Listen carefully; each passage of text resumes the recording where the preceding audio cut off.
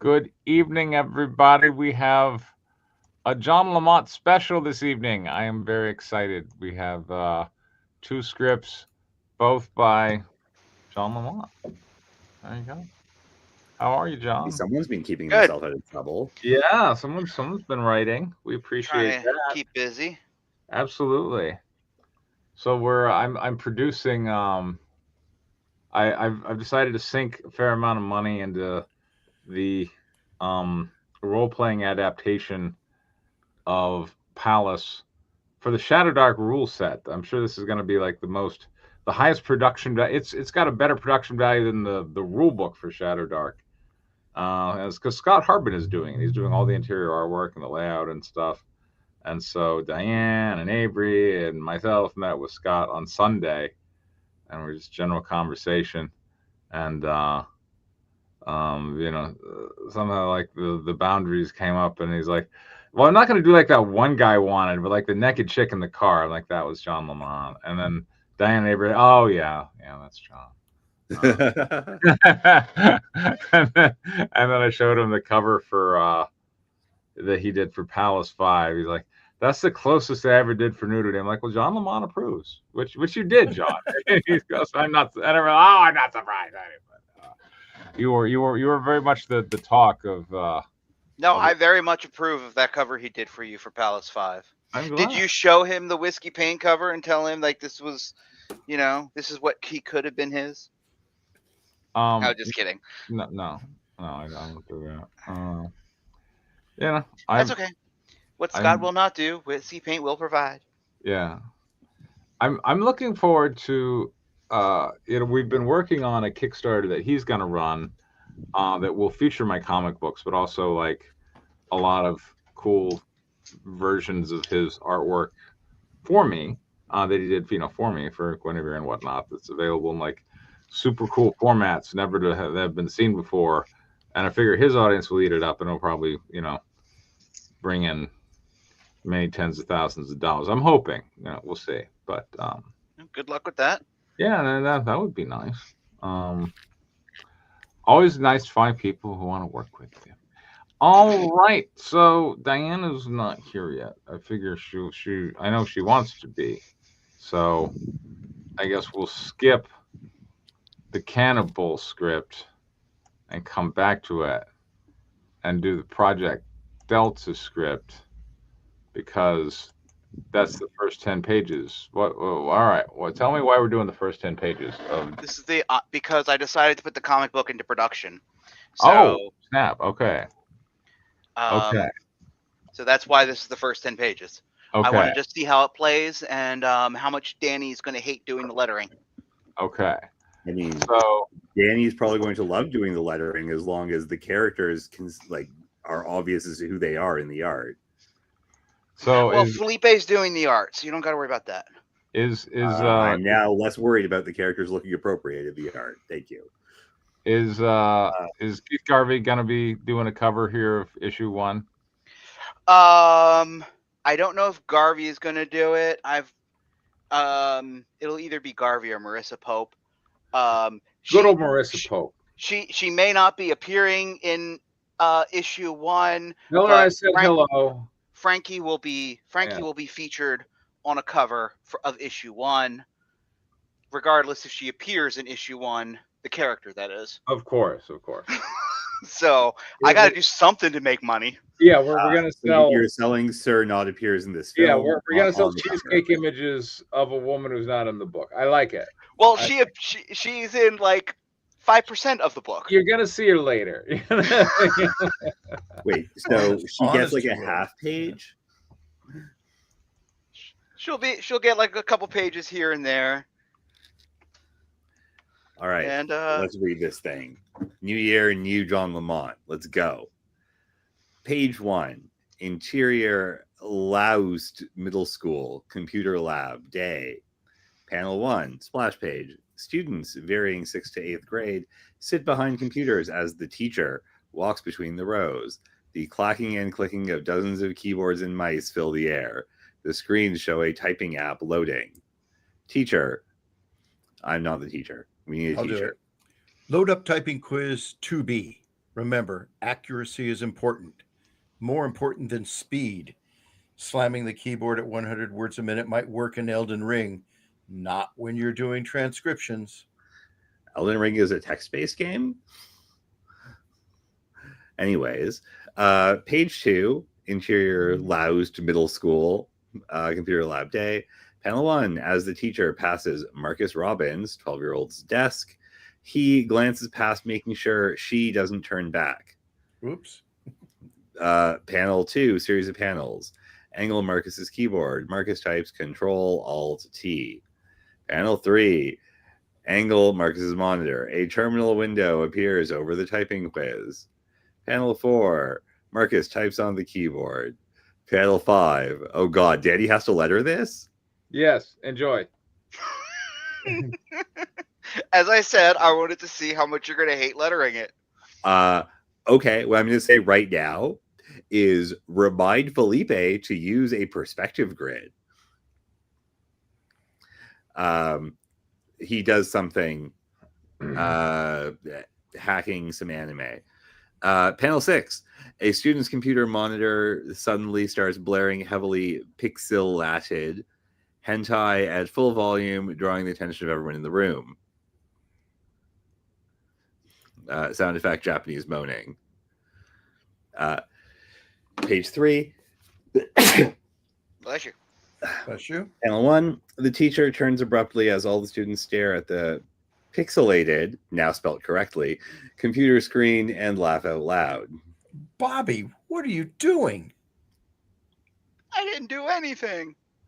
Panel 2, Marcus snickers as he types. Panel 3, angle Marcus's monitor. Connect to printer. Do some stuff. Print some grades. Oh, answers. Okay. Keep scrolling. I'm just going to copy and paste all this. Okay. Which is fine. That's what I'm gonna. It's like And if you think I'm going to proofread it, you are horribly, horribly mistaken. Oh no! It's most of this is done. As the creator, you could take all responsibility for that. I mean, all right, I'm just going to ask a question here. Probably the only time I'm going to. How is this necessarily better than just like thought bubble of Marcus going now to send the command to get the chemistry answer key? It's actually worse, but we're saving that for the credits. Okay, fine. All right.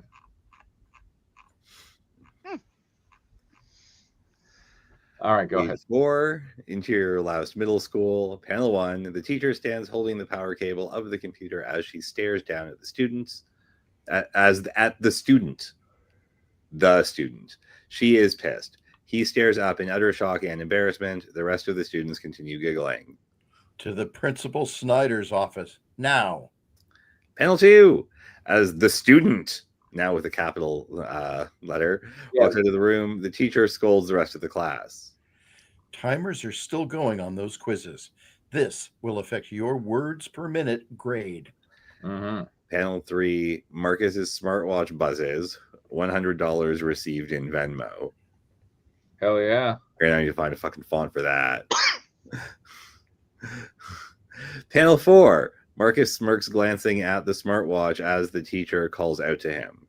Marcus, your special exemption for smart devices isn't for... Sorry, it won't happen again. Oh my god, it's page 4 and our protagonist said something. There we go. Page 5, panel 1, exterior neighborhood street day. Early evening, Marcus steps off the school bus with a few other students. Panel 2, exterior Marcus's house day. He walks alone up the sidewalk to his house. No cars in the driveway. Panel 3, interior Marcus's house living room day. The last bits of daylight are all the illuminate, the living room, as Marcus lets himself inside. Mom, April. Panel 4, interior Marcus's house kitchen day. Marcus walks into the kitchen. The house phone on the wall flashes the message. Marcus hits play. Hey, Marcus, it's Mom. We're at the hospital again. Don't worry, nothing serious. That's why we didn't text you at school. Page 6, interior Marcus's house kitchen. Still day. Panel 1, Marcus takes a box of pizza rolls out of the freezer. The phone beside the fridge continues. April's doing fine. It's just a minor sprain. Doctor said it could have been worse, but wants to keep her overnight. Panel 2, Marcus pours 6 pizza rolls from the box into the air fryer basket as the phone on the wall behind him continues. Your dad's stopping by for a bit after work, so he may not get home until late. There's some chicken in the fridge. Panel 3, Marcus returns the pizza rolls box to the freezer. A brochure hangs on the freezer door. It has been there a while, barely visible under a grocery list, Marcus's report card of all A's and 1 B+, and a child's drawing. If you get I hungry, didn't write it. love you, sweetie. Well, that could be a language thing. He's got a southern drawl. It could be. That is very true. A child can draw. I don't know how one would hang that off I a don't refrigerator either. door on account of it's the movement of air. Yeah. Beep. The phone goes beep. Panel 4, Marcus releases the brochure from the fridge door. The brochure is for St. Vincent's Children's Hospital in Century City, advertising their top-of-line Children's Cancer Treatment Center. Large bold letters announce a limited number of openings, urging parents to call today to reserve their spot on a wait list. Page 7, Panel 1, splash page, interior neonatal intensive care unit night flashback. Newborn April sleeps peacefully in a neonatal incubator, hooked up with nasal cannula and umbilical IV line, which connect to a nearby vitals monitor. Holding a 3-year-old Marcus in his arms, Marcus and his father look down onto the glass case watching April sleep. When can April come home? Soon, buddy, soon. Panel 2, inset, interior Marcus's house kitchen night, present, close up. Marcus stares at the brochure, lost in the memory. Well, that panel was a waste of time. Page 8, panel 1, interior Marcus's house kitchen night. Marcus grabs his cell phone, loads an app called Voice Mod AI. Interior St. Vincent's call center night. A nurse working the evening call center answers, why is that hyphenated? Whatever. We need a nurse. St. Vincent's Children's Hospital. Yes, this is Josh from IT. Panel 3, interior Marcus's house, kitchen night. Marcus sits at the kitchen table, typing furiously on his laptop.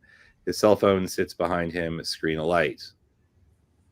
We're in the middle of a routine patch update. I'm having an issue connecting into your terminal. Panel 4, some bullshit. It's an email. Moving on. Okay. Well, this email's pretty detailed. Yeah, it's a good thing. Not all is going to fit into 1/9 of a page on the comic. It's another cut and paste. Yeah. I'm going to cut and paste it, and then I'm going to put it under a mask, and that's the end of that. I'm sending you an email. Would you mind running the update for me? Page 9, interior St. Vincent's call center night. Panel 1, the nurses is opened the email from Josh McGuffin. Sure, happy to help out. Thanks. That'll save me the trip down there. Panel 2, close up inset. The nurse clicks the link. Click. Panel 3, interior Marcus's house kitchen night. Marcus dumps the steaming pizza rolls onto a large bowl next to his laptop. Text on the laptop reads, privileged network access active. Nothing happened. It's working fine. Thanks so much for your help. Have a good evening. You too. Panel 4, so proud of himself, Marcus pops a pizza rolls in his mouth. Panel 5, biting onto molten cheese, Marcus spits it out, waving his hand over his still burning tongue. The end. No. Page 10. Interior Marcus's kitchen night. Panel 1, inset over panel 2. So actually panel 2. Yes. Marcus returns to his laptop. All right, sis. Don't say I never did anything for you. Panel 2, some stuff. He's writing an email. It's very exciting. Panel 3, interior UCLA Medical Center, April's room. UCLA. Nice. Right. Then there would be periods, so you could tell that it was an acronym. We're saving digits. Yeah. Are we? They cost so much money to print. Oh yeah. As 9-year-old April sleeps hooked up to a vitals monitors. Yes, a vitals monitors. Her parents sit in silence, staring at their phones, open vending machine containers in their laps. Okay. Panel 4, inset over 3. The mother's phone shows an email. Accepted, April C. Robbins. Panel 5, inset over 3. The father's phone shows an email. Accepted, April C. Robbins. The end. The end. Okay. All right. That was cool, right? We had stuff happen. He hacked into a hospital. I think about his sister's cancer. I'm not sure how the hack is related to the sister's cancer, but I'm glad that he cares and that he's trying, and that and that stuff happened, and that he was a hacker who likes pizza rolls and helping his sister And cheating. Actually, he was selling the answer sheet. And Excuse me, he's a thief. Red. Yes. and entrepreneurial. Yes. that's what the money received I was would for. say- It was supposed to be. And he enjoys casual data theft and sales. Didn't he was it a distraction? Well, we can get to it. Hold Yes, on. it was a distraction so the that he hentai. could- Yeah. Yes, Hello. All right, Danny. which is actually based on a true story. This is sort an of. excellent comic rewrite of the first 20 minutes of Hackers. Good job. Oh, Danny sounded very. He's snarky. always snarky. He's sounding very. He's never snarky. not. I said it was an excellent comics rewrite. No, it's just your tone. That's all. It's just- Yeah, because I like Hackers. All right, Robert. The illustrations are spectacular. Then I think it has a chance to absolutely engage people who like hacking. Who doesn't like hack? I mean, everybody likes hack. I mean, Mr. Robot got like 4 seasons. Yeah. I like Mr. Robot. all the way Mr. Yeah, Robot's that's a lot very of- good. All the way down. Indeed. down. All right, Robert. How could it be improved? There's nothing personal about this whole thing. Again, for some reason, this is my consistent problem with a lot of the dialogue that John comes up with is, well, in this case, there's very little, but they seem to be talking at each other. There's very little engagement. I don't know who these people are. The other people are just ciphers. That may not matter in this setup, but if I'm going to call it a cold open, it's less than engaging for the most serious hacker. And I hacked into a Fox Pro setup that we had at a company that I worked in to look at what the salespeople's accounts were doing, and that was pretty exciting to do. But this didn't seem to capture any of the emotion that I was feeling when I did it. It wasn't a major hack. It was somebody told me what to type in. I would think that there needs to be some excitement, maybe somebody sweating, maybe somebody's scared, maybe somebody pisses in their pants. Something else has got to happen. Yeah. It lacks action. There's got to be more action than key typing and screens. That's my not opinion. Is it? That is good. Is it? All right, Danny. How could it be made better? I think step 1 is to go to the supermarket and buy some steaks. Okay, sure. Add them into the script. Because echoing Robert's point, we have a child doing something very dangerous and risky. No sense of danger or risk. There's no sense that he actually talks to any of these people in school with him. He could just be everyone's computer bitch. unless this is meant to be a manual for doing everything in terminal, I don't think it's telling a great story. I mean, going back to hackers, that starts with, okay, so yeah, you hacked the bank and now you're going to jail, you child. Right? And like, there's a whole bit about like, well, he's nowhere near his friends and he's going to a new school and all of this stuff that gets you like really engaged with Dade Wilson and what he cares about. You get in that direction, but you don't even show us like what problem he's solving for his family. He's just like, oh, I'm gonna send an email. But like, there's no like, well, we can't do this because the hospital won't, whatever. Like, we don't know. There's no motivation. It's just stuff is happening. There's a lot of stuff. I'm sure it's very accurate stuff. Heck, I'm even sure it's the best spelled stuff that you've ever done. But but why is this human being doing human being stuff? That's what people want to read about. Sure. Yeah. Definitely. So remembering back to the screenplay, I mean, the screenplay seemed to be like, I remember the one version of the screenplay kind of opened in jail, and We're getting to that. Oh, it doesn't open. This is the open. Okay. The main part of the story takes place 5 years later. Okay. Then flash forward.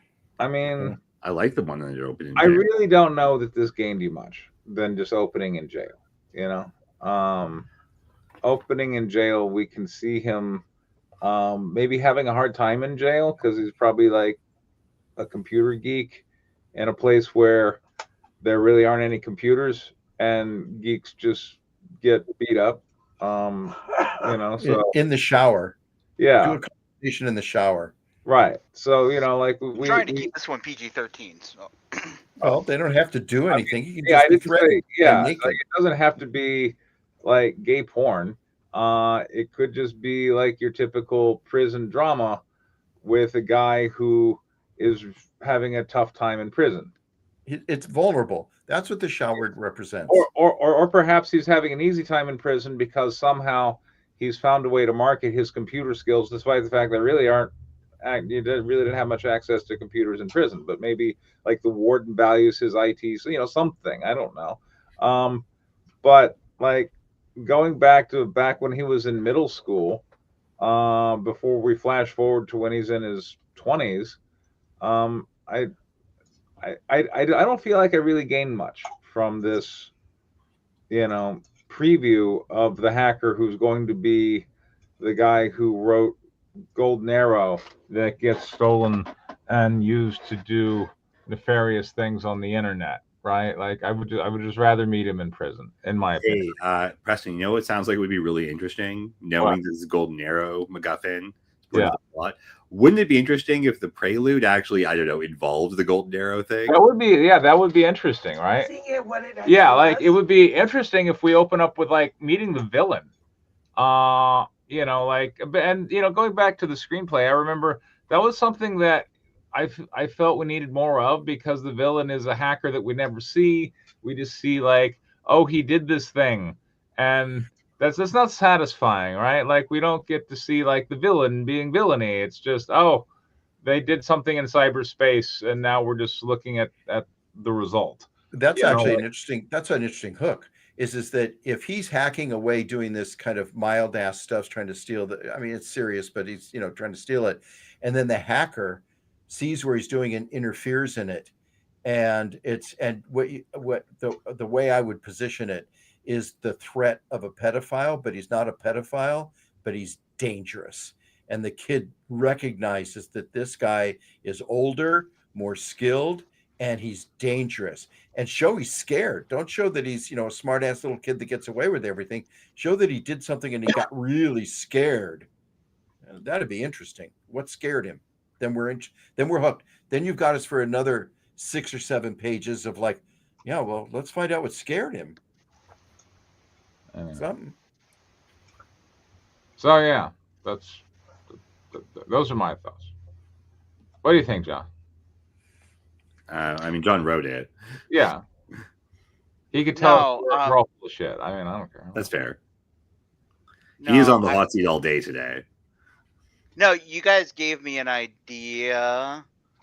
Like, what if when he comes home from school, you know, his mom's on the phone with the hospital and it's bad, and then, you know, like, and he knows the guy, the bad guy. So what if he goes and talks to the bad guy, and the bad guy says, "Hey, I can do X, Y, and Z for you, and, you know, make it all better," or something.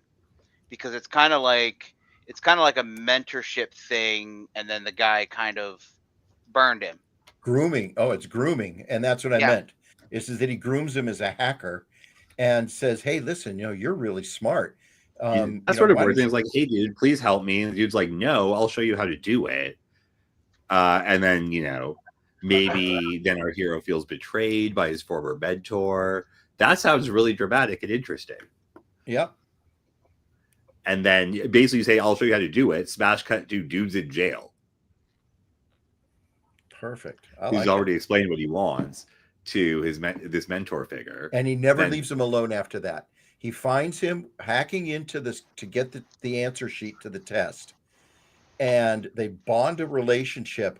And at first he thinks, "Well, it's really neat. I've impressed this guy, and he's really smart." But the guy never leaves him alone, and somehow he has access to him later on when he's in prison. And "Just leave me alone. Just leave me alone." Oh yeah, you could get some real drama out of that. Good. Yeah, there we go. That's a potential solution. I'll workshop it. All right. Our next script is brought to us by John Lamont. What was the other reason why I brought that was and you guys didn't talk about it because you went off on other things. Unless it doesn't matter if the character stuff works. But what about the text on screen stuff? Is that doesn't matter if the stuff works? I Great. We're gonna put it in there. Cool. As your letterer, I don't give a fuck. It's fine.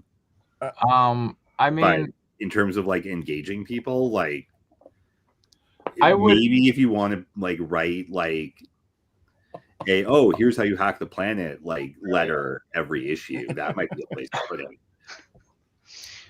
I would prefer that be like background that somebody might read at the back of the panel if they're curious. Yes. But most people are simply content to look at and go, "Oh, it's hacker shit." Treat it as a graphic element. Absolutely. Yeah, and then the foreground, we have him providing the expositionary thoughts, or now we're gonna steal the computer. As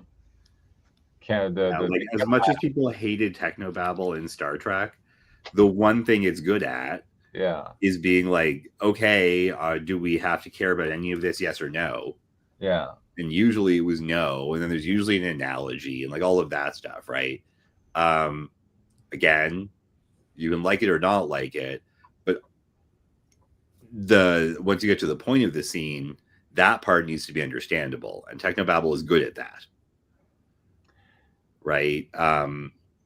I want to do this. Well, then you can babble on about different ways to do that. That can be accurately technical or not. But that's dialogue. That's what it needs. Well, yes. If there's no dialogue, it's just a background element. And as a background element, that's cool. But I mean, are you going to sell this as like the most realistic hacker comic ever? No, but one of the things I want to do with this is hacking is done by terminals. If it's not done by bot, I mean, even when it's done by bots, it's all done by terminal. Like that, the hacking in hackers is not realistic. And one thing I want to portray is real hackers doing real-ish hacking things. So you do want to sell this as the most realistic hacking ever? Not the most realistic hacking, but I want to show it as a realistic portrayal of how it's done. Right. So that means that your key influence is going to have to be Mr. Robot. Yeah.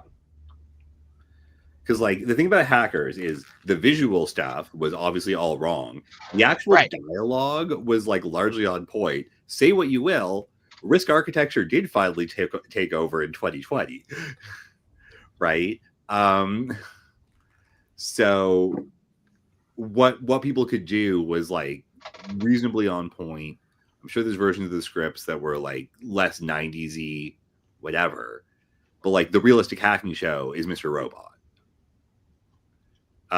And it does dwell on computers for a minute, but there's still dialogue explaining what's going on. Yeah. Okay. So I have watch to that as a realistic hacking show. I have to check that show out. I have not seen that. It's also got very excellent cinematography. That's not.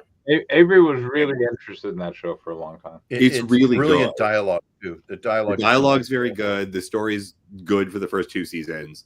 And the cinematography is excellent because it's not your standard rule of thirds bullshit. Like, it's really good. It's Headroom Central is what it is. Yeah. I love it. So yeah, you watch that, add the appropriate level of explanation. It doesn't really hold your hand is one of the problems with Mr. Robot, but the other dramatic stuff about the character is also being a parallel story, which is still interesting to a non-expert user. And I was introduced to it by an expert user. Mm-hmm. In like 2017 at San Diego Comic-Con, Mr. Robot did like a really cool scavenger hunt, which was awesome. And I was there with Avery, and we solved the scavenger hunt. And we got into this like back room with who I think was Rami Malek, but they were wearing a mask. But I think that was Rami Malek. And it was in this like cool room which had been reconstructed from the show.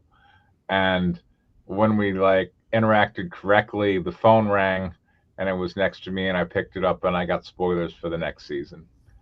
And then we walked out, and then Avery was like, "What did they say?" I'm like, "I don't know. I don't watch the show." Oh, that's cruel. That is cruel. We had to do it again tomorrow. Anyway. But yeah. Anyway, let's see. I will check out the show, and I will look at some ways of Or like focusing. go like, you know, spend like a couple of months reading back issues of 2600 or something. Like, yeah. There's a there, but like if you're gonna do it, you have to sort of go whole hog. All right. Exterior Mineral City Blacksmith Shop Day. Dr. Thaddeus Doc Hemsworth, 50s, leans back in a chair. Eli Freeman, African-American, late 30s, early 40s, peers into Doc's open mouth with a tongue depressor and a small hand mirror. Doc. You see it? Is that Elias POV? Hello? Diane has a phone call. Diane's popular. The what? Eli pushes Doc's tongue aside. The lower rear wisdom tooth gleams black, split in half, reverse. Eli straightens, sets the depressor aside. Yeah, I see it. How long's that been bothering you? A day or two. Eli shakes his head, moves to a basin to wash his hands. It'll heal once we get the rotten part out. Doc reaches into his medical bag, takes a sip of laudanum,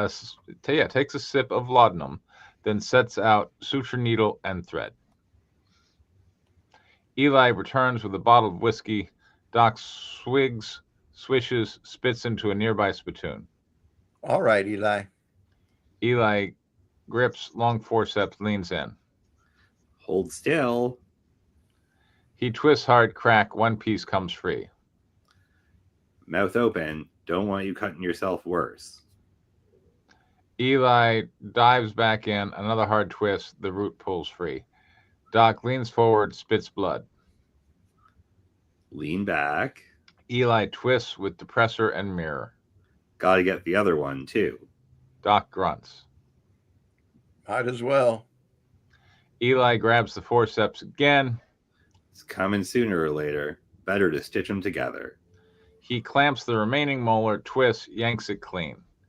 Doc spits again, takes another swig of whiskey. Eli threads the needle. You really know how to thread a needle? But Eli that's the smiles. surprising part. Lean back. I'll be done in a jiff. Eli stitches Doc's gum as Abrams and Doug step onto the porch. You gentlemen here for me or the doc? The Doc. One second. Oh, yeah. Almost there. Eli finishes, withdraws needle and fingers. Doc swigs whiskey, spits. Eli holds up a mirror. Doc inspects the stitches. Not bad, Eli. Your mother taught you well, son. Doc presses the cloth swab from his bag against his gum, stands, sways lightly, steadies himself. You all right, Doc? Never better. Well, in a day or two, anyhow. What's the trouble, Sheriff? We need a Doug. Something I don't rightly know. I don't rightly know. It killed my entire herd. One single night. Mutilated a lot of them. Deputy and I are riding up with Doug to see it. Could Much use more you along, figure out what we're dealing with. Give me a minute to gather my things. Entire herd? Bandits or animal? No idea. Happy to ride with. No, I'm not Eli. Danny's I'm Eli. not Eli. Happy to ride. Danny's everything. Lend an extra gun if things get hairy. Fine by me. Meet you at the stables in 5. Eli steps inside the shop. Abrams and Doug head off the porch. Exterior blacksmith shop, stables. Moments later, Harper waits with the horses. Milo races up, tail wagging. Hey, Milo. Miss your master? Milo barks happily. He eyes Abram and Doug, cocks his head, flicks his ears. Sure. You want to come along, you big scaredy cat? Milo growls, then barks sharply. Abrams glances at Doug. Doug shrugs. Who's Abrams? I'm not Oh. Abrams. Where's your horse, Doc? Tied up round the back. Abrams takes his reins, leads the group around the shop. Eli emerges in a dark leather duster and hat, twin Mervyn Hulbert, 44 revolver strapped cross draw. He mounts smoothly as Doc unties his horse. Exterior Mineral City day. Abrams, Doug, Harper, Doc, and Eli ride the dusty road out of the town. Milo trotting alongside. Exterior Dakota Prairie road out of town day. The 5 trot across open prairie. Abrams, Doc, and Doug right up front. Whole herd, huh? 30, 40 head? Doug nods, stoic. That's why I said, if anyone can make sense of it, it's you. Oh, there's more things in heaven and earth that can be dreamt of in all of your worst nightmares, boys. That was actually almost a good line. That was. You've been hitting the bottle too hard, Doc. Doc chuckles. At the rear, Harper stares a beat too long at Eli's twin, Mervyn Hulbert 44s. Keep staring at my crotch like that, boy. I might think you a little queer. Yeah. Harper flushes, looks away. No, What? Never seen a black pistol before? I'll whip one out if you want a closer look. Jesus Christ, does this have to be a John Lamont script so early? Abrams glances back. Harper turns beet red. Eli holds the stern look, then breaks into a hearty laugh. Lighten up, kid. He gives Harper a playful punch on the shoulder. Abrams turns forward again. Harper pulls his hat low, hiding his embarrassment. A carrion bird caws overhead. Abrams looks up. More birds circle half a mile off the trail. Doug, you come this way with your family? Yeah? Any of you notice that? He points to the circling birds. Reckon we weren't watching the sky. Smells like death. Ain't far off the trail. Let's check it. Abrams rears his horse. Two others follow. Exterior wagon camp, edge of town, late afternoon. The posse crests a low rise. A rancid stench rolls over them on the wind. Harper reels in the saddle. My God, what's that smell? Abrams raises a hand, silence. The men slow their horses to a walk. The wrecked sales wagon comes into view first. Canvas torn, one wheel caned. Buffalo hides lie scattered like shed skins. Flies drone thick in the air. Abrams, Doc, and Eli dismount quietly. Rifles and revolvers come free. Doug, watch our backs with that Winchester. Doug levers around into his rifle, slips off his horse, eyes scanning the open prairie. Abrams and Eli advance on the wagon, using it for cover. The stench grows heavier, sweet rot and iron. They round the corner. A shapeless, bloody mass glistens on the ground.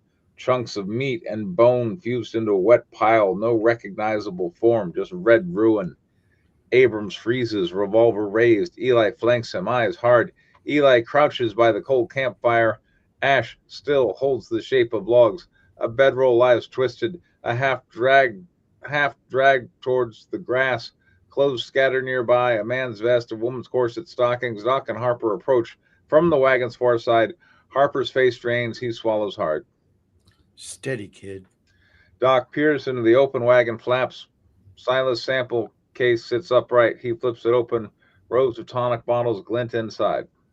I know this wagon. That damn snake oil peddler Thorne.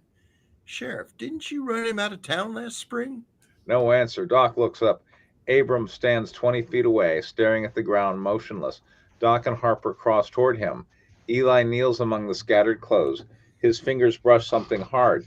Beneath a petticoat, he lifts the Tanaki bone flute, pristine, gleaming white against the blood-soaked earth.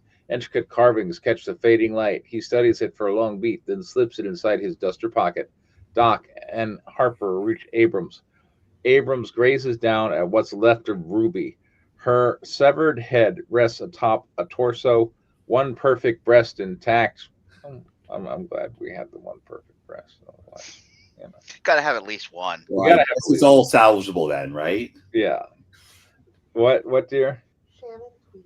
Shannon Tweed. He had the one breast, made an entire career on that. Okay. And stunt breasts. Stunt breast. There we go. The other side exploded into ribs and spine. Her eyes stare skyward, shriveled, powdery, as if the life was sucked clean out. Harper staggers back, bends and vomits. Doc steadies him with a hand, then turns away from himself, not from the gore, but from something deeper. Leave him be, Doc. Abrams holsters his revolver, kneels, gently closes Ruby's dust-dry eyes with two fingers. Doug, over here. Doug rounds the wagon, rifle ready. He spots a pale leg half buried in the grass, stops cold. Sheriff? This how you found your herd this morning? Doug approaches slowly, face ashen. My God.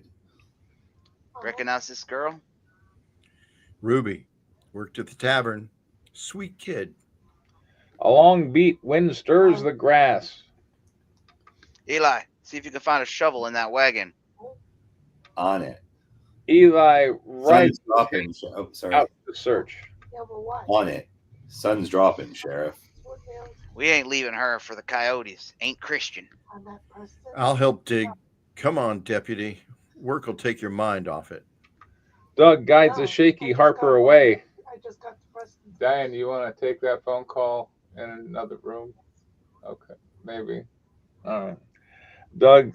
Abrams and Doug begin gathering scattered remains, quiet, grim reverence. Exterior wagon camp, edge of town, early dusk. A shallow mound of fresh earth. Doc plants a makeshift cross. Two wagon spokes slash together. The five stand in a loose circle as purple twilight bleeds across the sky. She got family anywhere? Not that I ever heard. Abrams exhales, scans the darkening horizon. Best we move. Whatever's hunting out here, we don't want to meet it on open ground after dark. They mount up in silence. Milo whines once from the wagon shadows, then trots after them. The posse rides after the first stars prick the sky. All right, that's what we got. So, The next scene was too long and went past page 10, so I decided we'll do 9 pages. okay. I mean, I like 9 pages. I liked we had a dental scene. Dental scenes are cool. Gives us an opportunity for pain, torture, and gore. And this is a horror feature.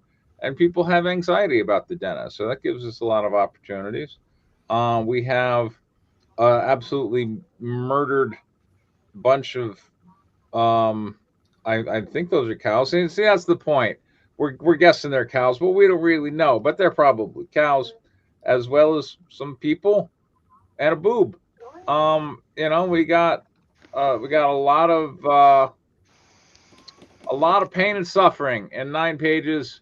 It's a horror script. Good job. What do you think, Dan?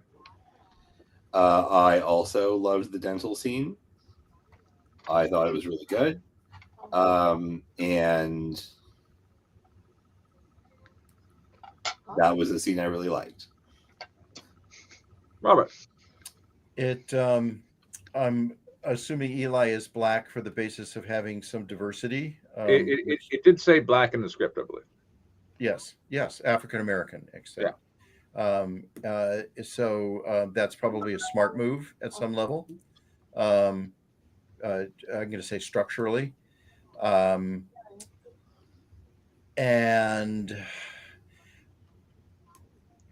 there is a dentist scene for some reason. Yeah, and there is a lot of gore, so there's blood and stuff, and it does make people anxious. So as a setup to make people squeamish, that's a way to do it.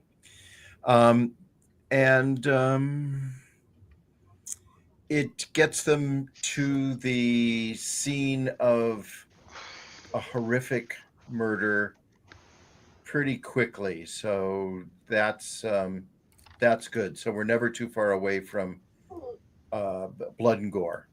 All good stuff. How could it be made better, you think? I don't understand the purpose of the dental scene. I mean, if you're using it as a way to introduce those anxieties that go along with it, then okay. There's a couple of what I'll call anachronisms in some of the words that you use. It doesn't really matter; they're never going to be said. I mean, the scaredy cat is an anachronism. That's from the early 1930s, not something that they would say out west. I think other than that, a lot rides on the descriptions that are going on. So there's a lot of blocking and positioning and facial acting. So the actors are going to have a lot to carry to move the story on, and I think that could be an issue. And yet again, and this is something that I feel like I'm picking on you, and I don't mean to, but the dialogue are just things that are said. There's not an exchange. I don't know who these people are, that they just talk and don't communicate with each other. They ask really practical things. The dog, are you a scaredy cat? Where's your horse? And he answers, tied up around the back. That doesn't really tell us anything. I don't know why that's there. The people show up kind of suddenly when they're on the doorstep, without any kind of an introduction that they would even be around. I think that's something structurally that that they're heading to town after having had that discovered all the cattle dead and everything. It's the guns. I'm going to use an old trope. The guns are very important to you, and you've detailed them with a high degree of accuracy and the noticing of them. And that means they're going to have to be used really soon. I believe it was Chekhov who said if you introduce a gun in the first act, it better be used by the third act. And so these guns, all of the ones you mentioned, are going to have to be used in a very specific way to justify having spent time having them in the scene. I suppose you could say that the fact that the guy was staring at the guns because they're super special or something at the guy's crotch, that bit of humor is weird, and it didn't come off to me. I mean, I appreciate that it could be humor, but I don't know that a person. It just came off weird. I don't mind that there's humor, and I and all that, but it seems misplaced. That's as much as I have. So, Danny. It would be real nice if the people investigating the scene with the crimes actually talked about what they were seeing, like it were any other procedural, instead of just having 2 pages of face acting.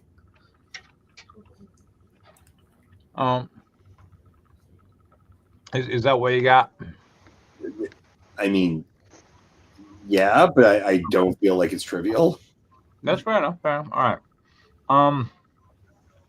Okay. Like, it's sorely missing. This is where you're supposed to characterize people. Which one is afraid of blood? Which one has never done this before but thinks he's a badass but isn't? Which one is, like, where is, like, oh, I can tell it's, Jim Bob because I put in those dentures last week. Like, going back to connections. You want connections to it. Start paying it off. I want, well, let me start with the dental scene. This is really probably, hopefully, going to be a scary movie or a movie that makes people sometimes a bit queasy, or at least if we've done a good job. If we look at like the big horror movies of the past 10, 15 years, there's a fair amount of queasy scenes in them. And you have written scenes that have great opportunity for some interactions that are going to give audience members strong emotions, but you are playing them very lightly and in a way that wouldn't really bother anyone. Like a guy's getting his tooth pulled without anesthetic in the Old West, and it doesn't really seem to be that big a deal. The dude's hopped up on opium. Okay. Therefore, we don't really get any real emotion in the scene. The tooth gets removed and we move on. That the purpose of this scene was to show that he's hopped up on opium.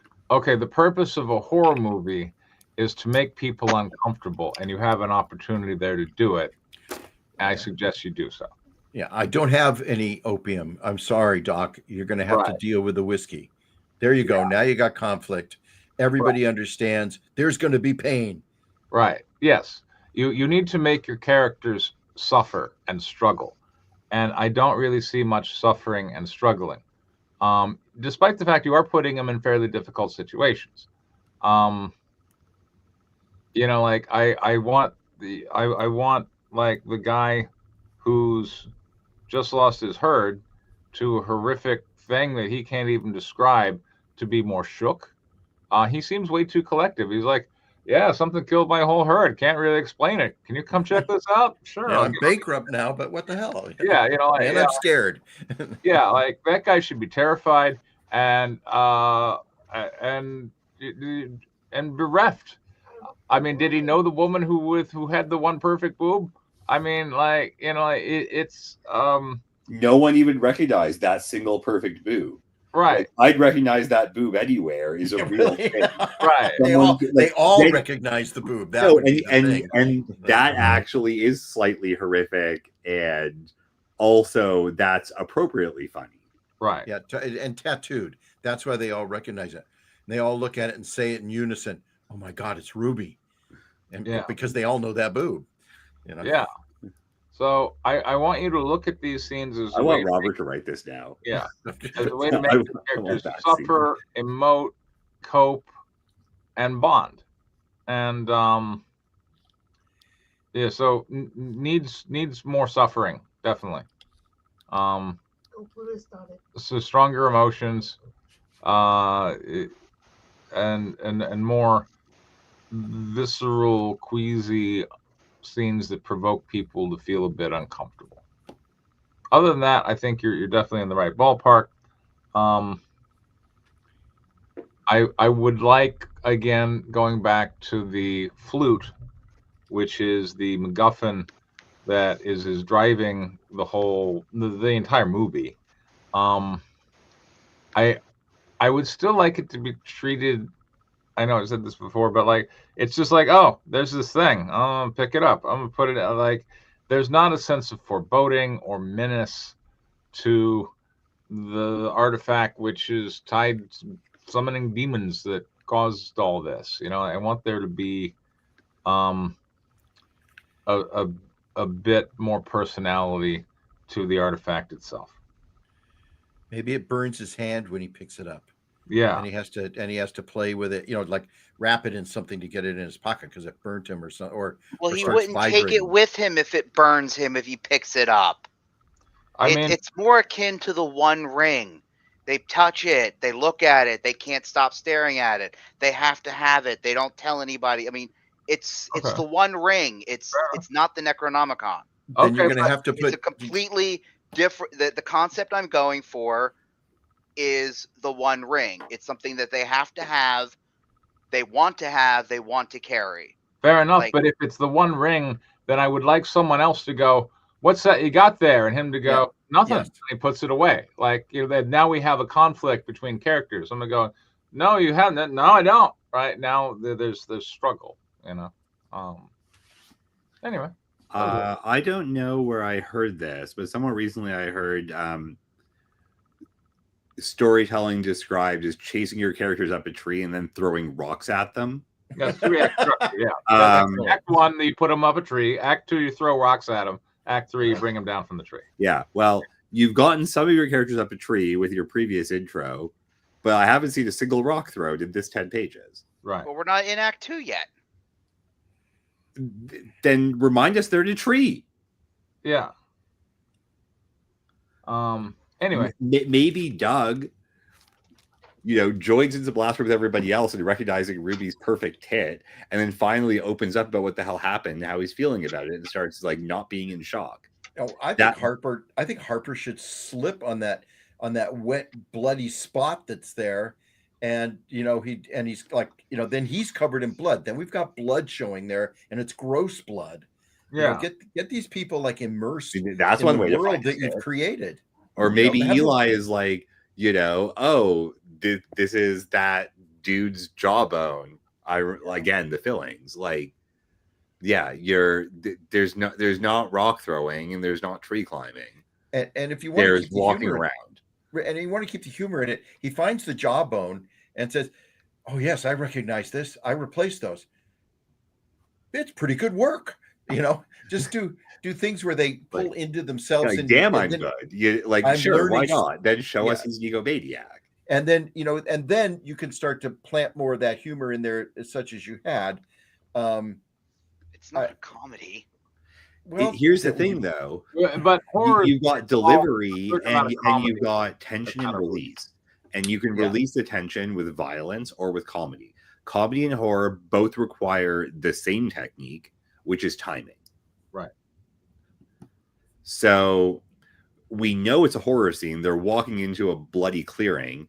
Therefore, your solutions are someone attacks them. Well, this is like page 18, so maybe not. Someone shows up.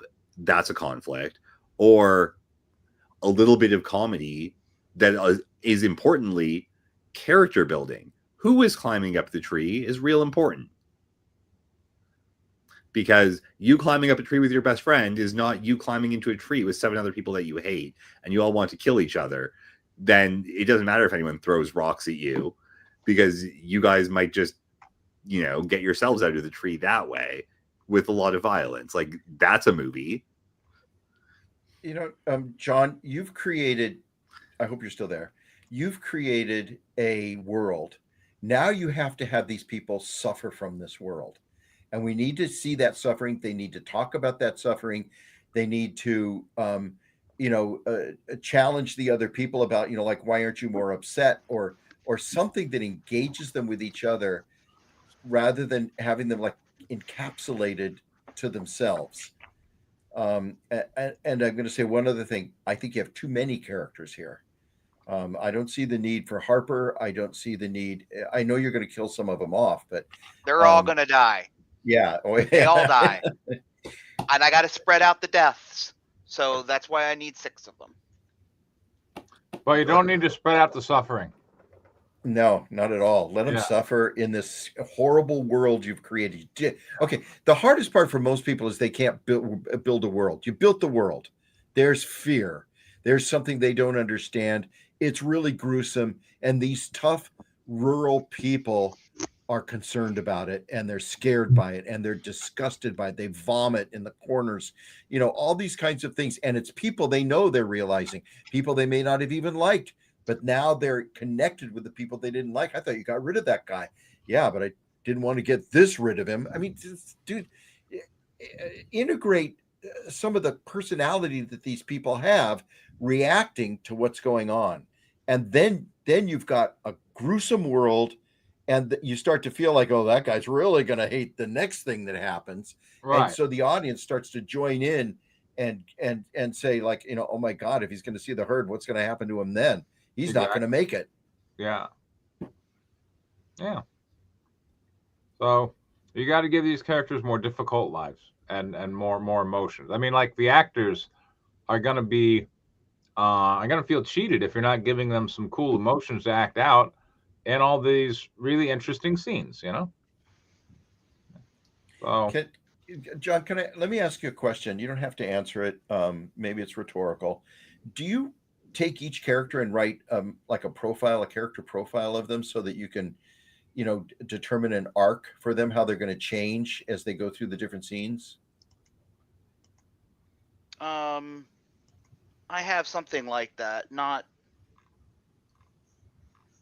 I have an overarching plan for the journey that they're going to go throughout the story, and how they're going to handle different things, but I don't have not scene by scene. Well, I think I don't know about scene by scene, but I think if you define who the people are, maybe in your own head, this would never be shown. It could be referred to maybe once in a while, but it would be something that would help you to say, like, Harper's an ignorant doofus, that the way they take care of him is they make him a deputy. Eli is this incredibly savvy African-American with all these great skills, and the natural prejudices of him being a different color are overcome by the fact that everybody kind of wants to hang out with him. He's the cool dude. I'm making this up, and it may not be accurate. And Doc is the guy they're totally dependent on. They know he's really smart, but they're scared that he's never going to be dependable because he's fucking hooked on opium, or he's drunk or something like that. But they have to have him. And Abrams is just frustrated with the whole damn thing. Why is everybody making everything a problem? And why can't they just get something done? I mean, these are characteristics that you should know, so that each time you write a scene, you can say, oh, this guy's going to react this way, and give him a line that, that fits him. And like I say, take it or leave it, but Actually, I know that's how I do it. Jump off of that, because this is a screenplay, and this is mostly meant for actually being a screenplay. If the director is any good, the first thing they're going to do is go through the screenplay with a pen, write down these characteristics of the characters, which is going to help in casting, obviously.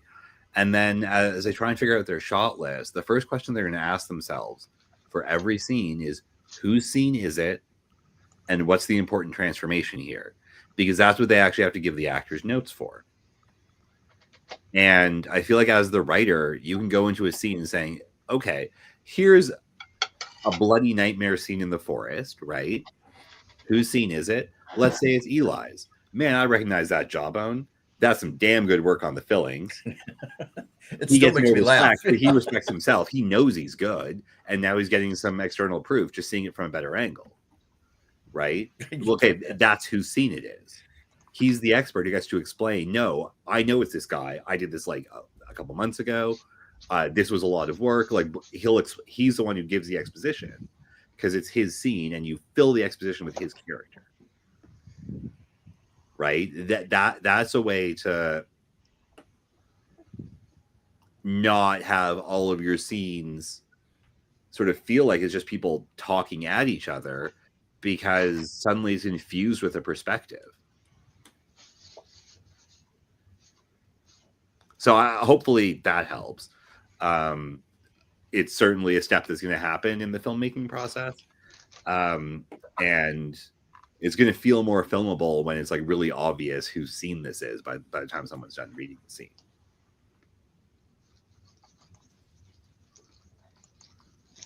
All right. Good stuff, John. You're being prolific. You're keeping at it. I feel like Hannibal is coming together. And I appreciate that. Sadly, Diane got a phone call and was not able to witness these cool pages, but they were good. And next Also, time, keep the tooth extraction scene. Someone will get, I think more than one person will find it very icky in a way that's totally appropriate. And that's going to be direction and cinematography. right? Yeah, but it certainly showing it like builds character. It's not very anachronistic in a good way. It's appropriate. It will make people more afraid of the dentist. That's totally on point of just generally creating a sense of unease in the audience. And no opium. And tell them, sorry, Doc. We're still waiting for that shipment. The pass is closed. Yeah. Yeah. Or like whatever. Oh, sorry, Doc. You got high on it last night. I told you. Everybody will squirm if you do that. Everybody will squirm. You know, if you remember this, maybe you ever saw the original Little Shop of Horrors. I think it was one of the first parts that Jack Nicholson ever had. He was the crazy dentist. And the guy comes up to go to the dentist, and all you hear is screaming coming from the room. And Jack Nicholson sticks his head out and says, "Next." You know, it's like you squirm. You know, the dentist is a really good device to set people up. So there's your purpose. Now, see, you helped me find the purpose of that scene. Thank you. Yeah, no, that part was good. Genuinely, it was interesting. And I want that scene to like really build someone's character, but it's good that we have it there. It's a really good, slightly horrific scene, like right after the credits. It's in the right place. It mostly does the right work. It did lots of good stuff. All right. There we go. Next week should finally have some updated pages for Lords of Iron. I keep telling myself, but I'm 80%. I did plenty of other stuff. I had to, I don't know. Anyway, and John will hopefully have some more pages, so that'll be great too. So, you know, and you know, who knows? Maybe Danny or Robert or somebody. Danny is scheduled to be writing some pages tomorrow. Yay! So Robert hopefully hopes to have any some of that will pencil work. sketches. Yeah. I've had a really slow start to my year so far. Yeah. I'm nowhere near as prolific as John, unfortunately. No. I wish I was. John's writing like 3 or 4 things at the same time, so that's. I know, and he's like doing pretty good at all of them. It's it's certainly a model I would like to start following better. Well, I'll tell you, working with an artist, which I have done the majority of my professional career at some point or another, this has got my knickers in a twist. I'm having difficulty getting the results from my communications, and you know, I know I'm paying a relatively low price, I think, and it's coming out slowly, and the artist is complaining about how many corrections I have, and my frantic answer is, why don't you just fucking read what I wrote? That would help. Yeah. But you know, I'm trying to be polite, and I'm going to suffer through this one and get it done and see how much I've learned. Well, one thing I'll give you as a quick hint because it took me a while to learn this in comics, is if you don't write it down, it won't get drawn. Yeah, sometimes I write it down and it still doesn't get drawn, and that's been That's a point a different of contention. problem, and that is also a problem. Yeah. And so that is sort of worth keeping in mind. I Yeah. know a lot of the feedback that we gave you earlier was like, well, the script jumps around a lot. So if it's not super clear what the actual location is like, maybe stop and do concepts and figure that out, right? Like Yeah. asking the artist like what you can do to make this easier is theoretically a solution. Yeah. And I know a lot of artists don't like that, but like Boy. sometimes it helps. Yeah, I'll see what I can do with it. I've tried to be more communicative. It's difficult. I'm paying low bottom of the barrel prices because I need to be able to afford to put. Look, you're getting first middle one of the together. barrel art for bottom of the barrel prices. Yeah. So take that win, maybe give them a little bit more money to like stop and do concepts or every location, so you get that like in the bag. And then you can, and artists are a lot better at referring to graphical stuff than to writing, unfortunately. Right. Right. I tend to be Especially at narrative, the level yeah. where you're paying them, which is probably not very much. So assume that they're not reading very much, but once they've drawn it or they can see it, that's a lot easier for them. At the higher level, like, fuck you, read the script is a real answer. But Yeah.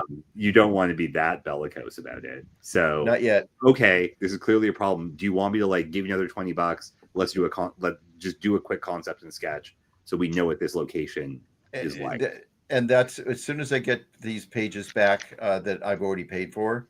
That is exactly the direction that we sort of discussed that would be there. Let's do a very raw sketch of what you have in mind, and then I will comment on that more, because that was the complaint, is that I didn't give enough feedback on the pencil sketches, and they went forward with, off in a direction that was far less. Well, it just didn't work. Let me put it that way. And that part I can judge extremely well. And if it ain't working, I don't like it. So there you go. All right. Enough complaining. And interpret this how you will. But if you Yeah. hire an artist to do a borderline hentai comic and you have to explain to them what a tentacle monster is, they're probably not the right artist for your project. No. Yeah. Yeah. Wait, did that actually happen? Jesus. Yes, it did. That is. I was gonna say, Robert, if you want me to, I might have some time later this week or maybe on the weekend. I can walk you through like some of my past work, like from really, really early sketches to like later sketches. See if Thursday works. I've got time Thursday. If you can do that. I can make Thursday work, depending on your time zone and stuff. Like I'm in Eastern time. So like drop me a message. I'm 2 hours ahead of you, so that's fine. Okay. Can work it out. So yeah, set up a time. Let me know what works for you. I'll make myself available, and I can just sort of walk you through some of the production steps. That would be extremely helpful, and I appreciate it. Yeah, because then you'll sort of have a better idea of like the sort of as close as I can give you to the Aristotelian ideal of what the production phases look like. And that should give you a better sense of, oh, this is when I step in. Yeah. Exactly. Okay, cool. Thank you. Yeah, happy to help, man. Awesome. All right. Next week. See everybody then. Ciao, Night, everybody. babies. Night, everybody. Good night.